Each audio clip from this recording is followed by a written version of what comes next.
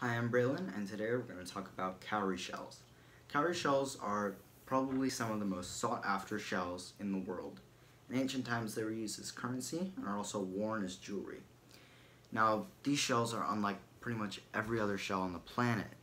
First off, they don't really have a spiral to them at all, but more like a marble smooth teardrop sort of shape with a toothed opening at the bottom.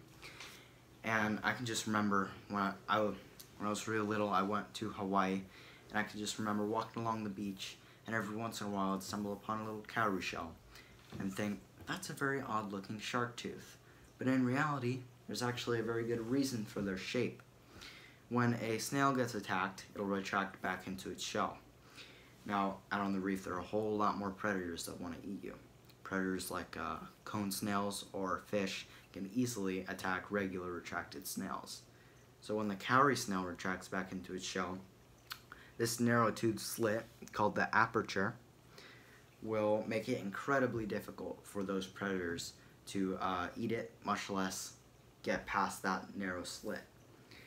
Now, when the snail is out and about, though, it's a whole different story. These snails have something called a mantle. It's a special type of tissue that deposits a calcium carbonate, and that will envelop the whole outer surface of the shell. And it's not just for show, too.